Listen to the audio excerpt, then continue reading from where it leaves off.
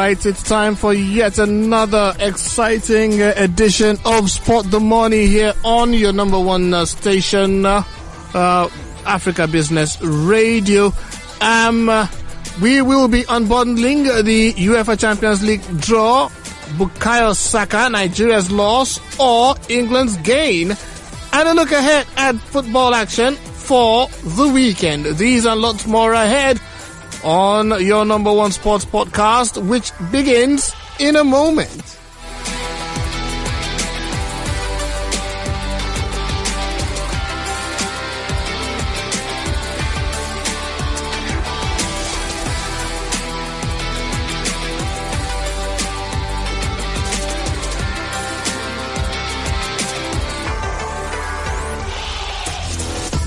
All right, it's Spot the Money here. I am Bimbola Awoyale, and let's get straight into today's stories on Formula One. More than 13,000 spectators will be able to attend each day of the Emilia Romagna Grand Prix this year. The race will take place over the weekend of 31st October and the 1st of November at Italy's Imola circuit, which last held a Formula One race in 2006. A statement from Imola said it had been possible to obtain a significant public presence owing to a meticulous anti-COVID health security protocol. Tickets have been on sale for just over a week, and some areas are already sold out. Imola is famous as the track where Roland Ratzenberger and Ayrton Senna were killed in high-speed accidents on consecutive days in 1994. The circuit has been returned to the Formula One schedule as the result of the largely Eurocentric calendar constructed by the sport as a response to the coronavirus pandemic.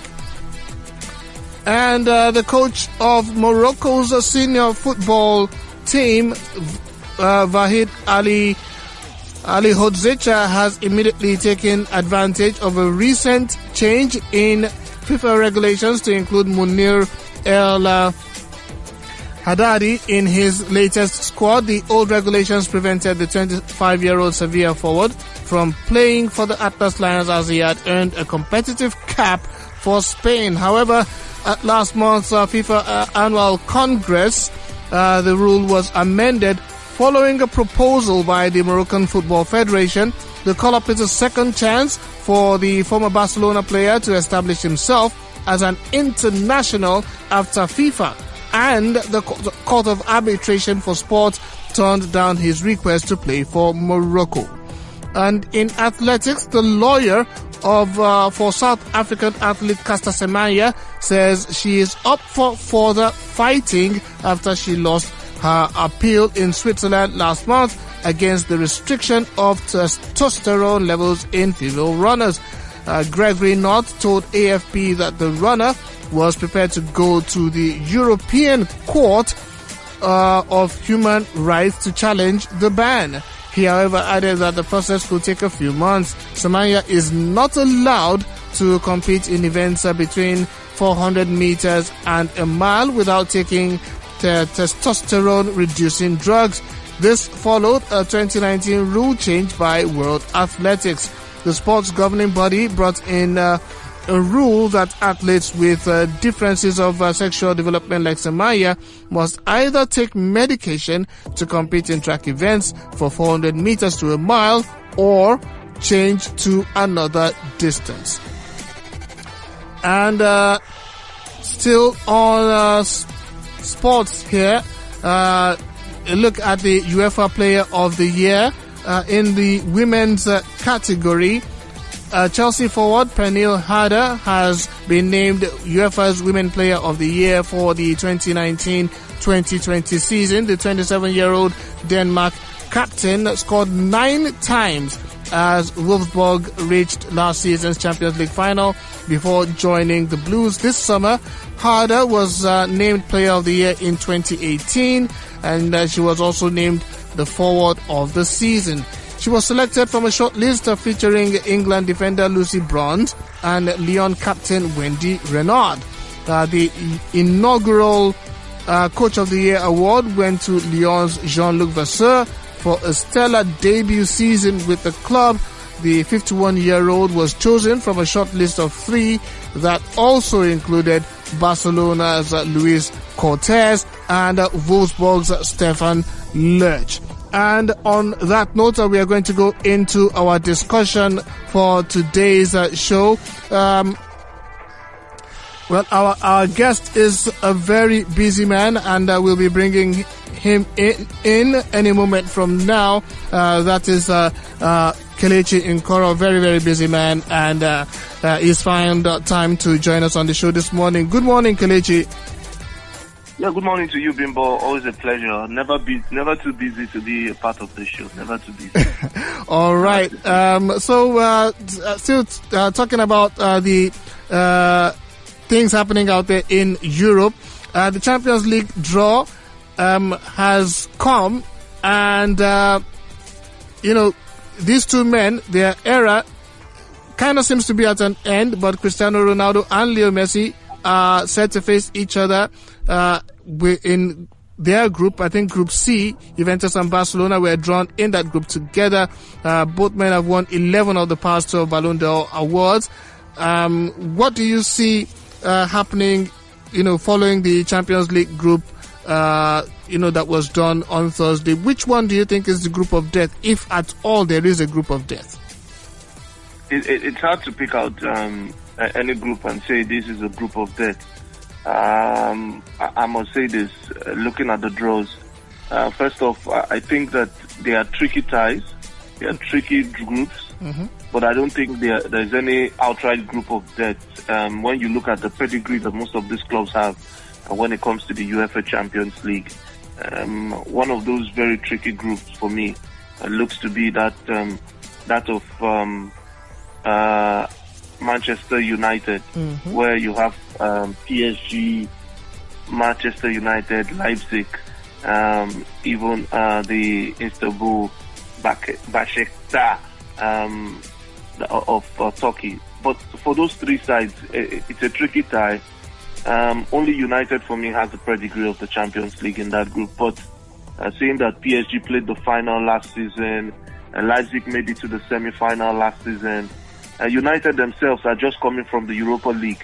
So it's another tricky group. It's a very tricky group where if clubs like PSG and United do not take Leipzig especially seriously, mm-hmm. one of those clubs might see themselves playing in Europa League next season. That's another tricky group. Well, a group that looks a bit balanced for me, if you look at them, it's a group that has Zenit, Dortmund, Lazio, and Club Brugge. Mm-hmm. I think it's a bit of a balanced group. Not much of pedigree except for Dortmund in that group, but it's balanced. They have the same level of quality. They'll be mates. I'll just use that word.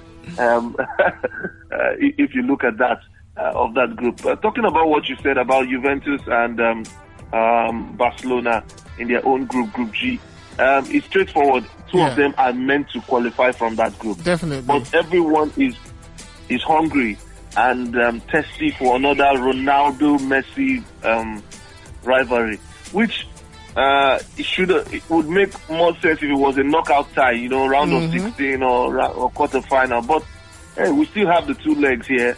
It's going to be good for TV too. And these 2 guys will want to give the world a taste of what they have always been about in the last 10, 11 years, if I'm not mistaken. Yeah. All right. So okay, go ahead. Just finish your thoughts. Okay, so for me, it's about both sides coming out to show the world that, yes, we are in our early 30s, 33, 34, but we're not done. We're not finished with you guys yet. All right. So far in the English Premier League, this weekend we'll be having some some big games. Always one big game in the weekend. And it looks like this weekend's big matchup will be between Manchester United and Tottenham Hotspur. It's a return to Old Trafford for Jose Mourinho. And there's also a likelihood of things being exciting at Elland Road as Leeds host Manchester City. Everton, like you predicted, was about 2 weeks ago that they might be the surprise of the season, have another opportunity to prove you right this weekend as they also go into their fixture. What's your projection for EPL matches this weekend? A lot of EPL games look so straightforward for the big boys. Chelsea, Man City, Liverpool, Arsenal themselves. I think Arsenal plays Sheffield United, if I'm not mistaken. Yeah. But that's on paper. But we've seen that a lot of these big sides also have not started the season at a high rate. They've not been at their best.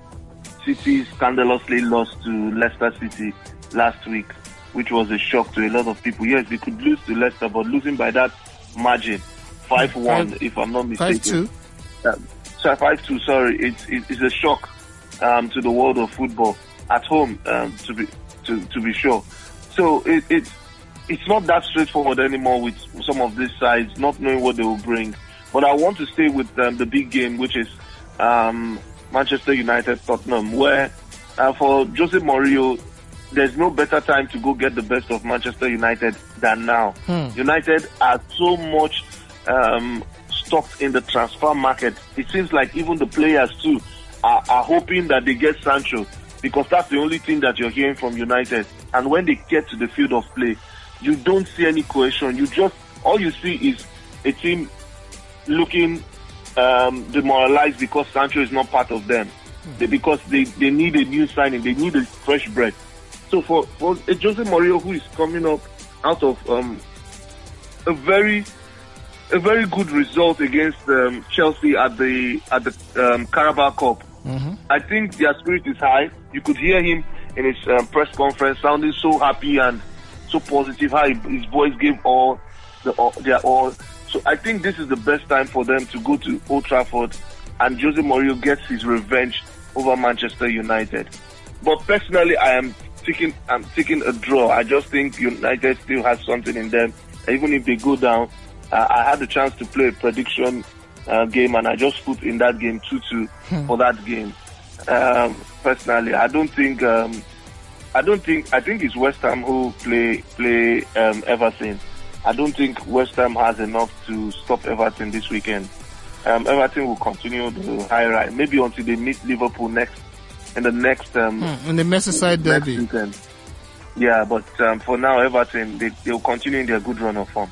All right. There are also some games in the Serie A that look promising. Lazio host Inter Milan. Juventus are at home to Napoli. What's your take? For Lazio Inter Milan, Lazio has shown that maybe they have not woken up. You know that song that has come again, wake me up when September ends.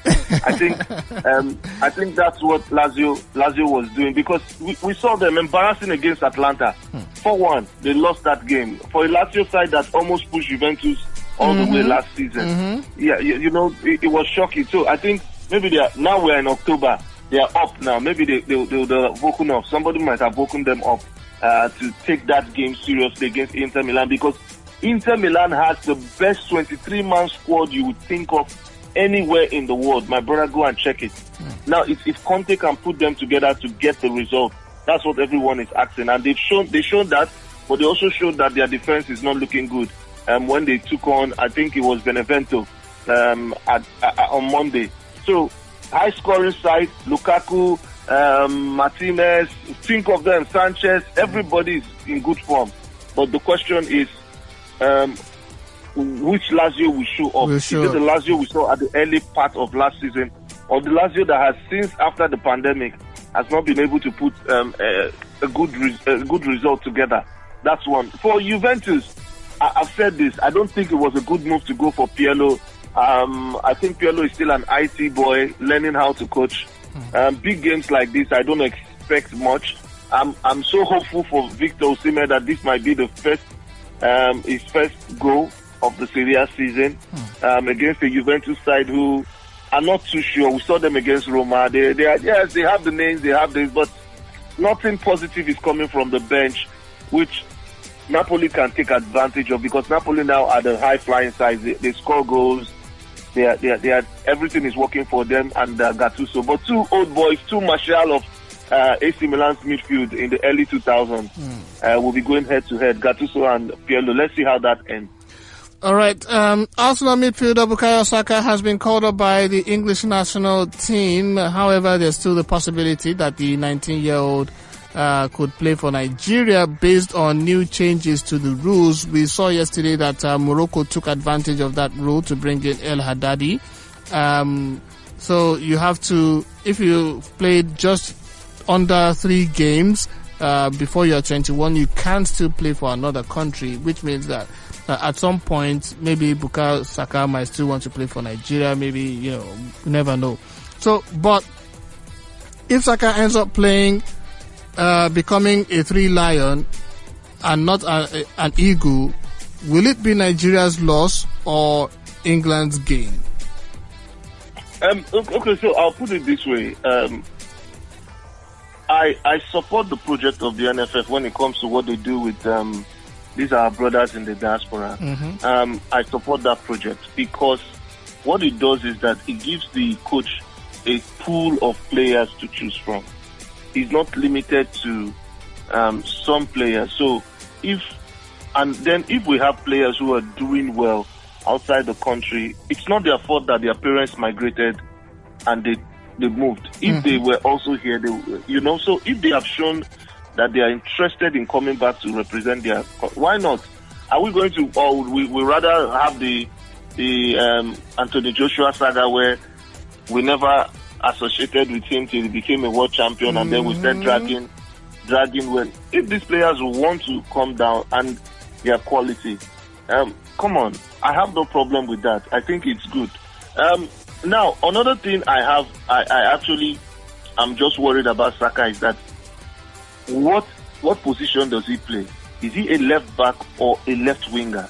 Because we know him to be a left back or a full back. What position? So I think even him himself right now has to push for himself to be identified as something, either a left back or a full back or a left winger, something, because he's just being used to carry time along at Arsenal that even him is lost in the identity.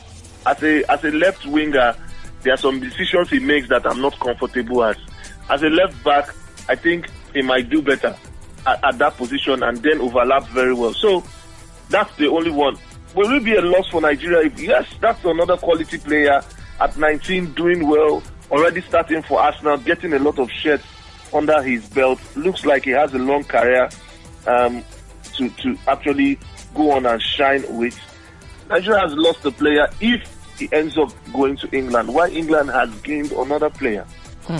Now, talking about youngsters, this young man, Ansu Fati, has become only the second 17-year-old to reach 10 La Liga goals for Barcelona. Bojan was the only other player to do it. We all remember Bojan Krkic. So Fati has now scored 3 of Barca's 7 league goals this season, having scored twice in the 4-0 opening day win over Villarreal. Am I reading too much into this young man's ability, or is he the real deal? Okay, so maybe the real deal might not be the Messi Ronaldo level. Please, I think we would have to wait before we see anybody who's going to take us there. But Ronaldo in his early days was, all over the place. In my own opinion, in his early days at United, he was all over the place. That's what I'm saying. Yeah, that's what I'm saying. The real deal, that's level. Because now Ronaldo and Messi have set a new standard in world football. So when you are saying the real deal, nobody's looking at the Zlatan Ibrahimovic's level, and everybody. But I'm saying that he has something in him. This boy is a star. He's a born star. Now it's left to him to either reach that potential that he has been showing us that he is. The Bojan you called, everybody thought he was going to be something great, maybe another Raul, but we saw what happened with his career. So there are a lot of things that come into play. But does he have the talent? Yes, he does. Can he reach a very huge height? I think he can. But it's up to him now. Which decisions would he make? Would he get carried away by money and maybe want to make one big move to England, and then that's the end? A lot of things that might come into play, but he has what it takes to shine and become a superstar. So, and finally, Lewandowski has been named the UEFA Men's Player of the Year for the 2019-2020 season.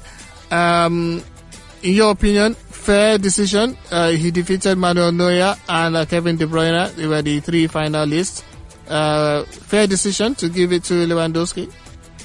Oh, definitely. De Bruyne did not stand a chance. Neuer, yes, but it's going to be hard. Just like when everyone was shouting Van Dijk, it's going to be hard to see anyone beat a striker who's banging in the goals and making you shout the goals, the goal celebrations and all.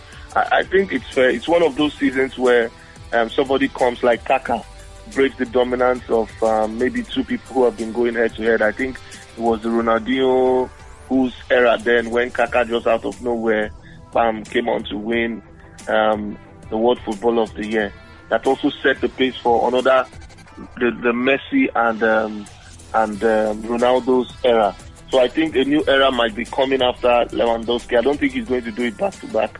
I think this is just one of those seasons where someone comes on. I think he's going to win the FIFA Footballer of the Year. He's going to win more awards because he had a wonderful year. Now, after this, who takes football up next?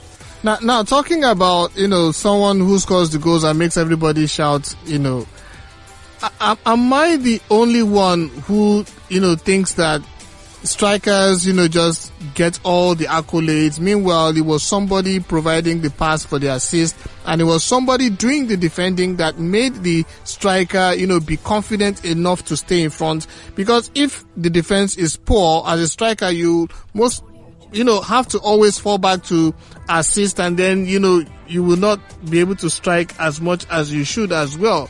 But strikers always get all the accolades. And that's the end point of football. When you look at all the whole BB that they do, the end of it all, Bimbo, is that you win a game, you score a goal, win a game, and get the 3 points.